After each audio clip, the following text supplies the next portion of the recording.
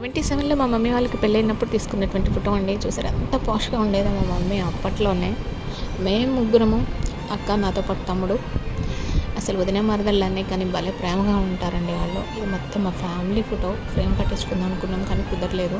తమ్ముడు చనిపోయిన తర్వాత మా పేరెంట్స్ సాయిబాబా గుడిని కట్టించి తనలోనే మా తమ్ముడిని చూసుకుంటూ ఉన్నారు. మా మమ్మీ అయితే భలే డెకరేట్ చేసుకుంటుందండి సాయిబాబాని. పిల్లలనైతే ఏ విషయంలో నేను ఎంత బాగా ఎంకరేజ్ చేస్తుందంటే ఎవరు ఏ రంగంలో ఉన్నా సరే. ఫ్యామిలీ కనుక ఫంక్షన్స్ ఏమైనా స్టార్ట్ అవుతున్నాయి అంటే మా మమ్మీ హుషారు మామూలుగా ఉండదండి. అసలు అందరినీ భలే ఎంకరేజ్ చేస్తుంది.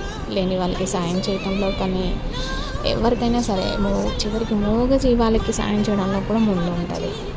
ఫ్యామిలీలో మా మమ్మీ ఉంటే ఎంత సరదాగా ఉండేది అని అంటే భలే ఉంటుందండి. అసలు అమ్మ అంటేనే నో వర్డ్స్ అనమాట. డాడీకి అయితే ఎంత సపోర్టివ్గా ఉండి ఇప్పుడు ఒక్కడిని వదిలేసి వెళ్ళిపోయింది.